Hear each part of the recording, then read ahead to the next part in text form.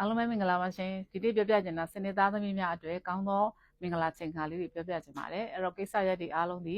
အရေးကြီးကိစ္စတွေဆောင်ရွက်ကြရဆိုတဲ့အခါမှာเนาะအခုပြောပြမယ်အချိန်ခါလေးတွေကတိတ်ကိုတန်ဖိုးရှိပါတယ်အဲ့တော့ဒီပြောပြမယ်နံပါတ်လေးတွေကဆိုရင်လည်းကိုယ့်အတွက်အကျိုးပေးမဲ့နံပါတ်လေးတွေလို့ပြောချင်ပါတယ်ရှင်အဲ့တော့စနေသားသမီးတွေဆိုရင်မနေ့အာရုံတက်မှာဆိုလို့ရှိရင်4:45မိနစ်မှာရှိမယ်9:15မိနစ်မှာတစ်ချိန်ရှိပါမယ်နှင်ခင်းမဲ့ဆိုရင်7:00နာရီအထိမှာတစ်ချိန်ရှိပါမယ်ရှင်နှင်ခင်း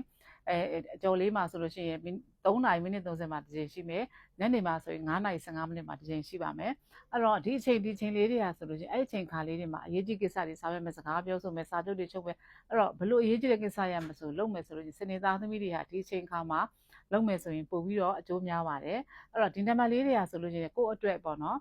ဘယ်နံပါတ်တွေအကျိုးပေးမလဲဒီချဲလို့မေးတဲ့အခါမှာဒီစနေသားသမီးတွေတော့ဒီနံပါတ်လေးတွေအမတန်ကိုကောင်းပါတယ်အဲ့တော့ဒီနံပါတ်လေးတွေပါတဲ့ထီလေးတွေကန်ဆန်းကြမယ်ဆိုရင်လည်းအဆင်ပြေပါလိမ့်မယ်အဲ့တော့စနေသားသမီးတွေအတွက်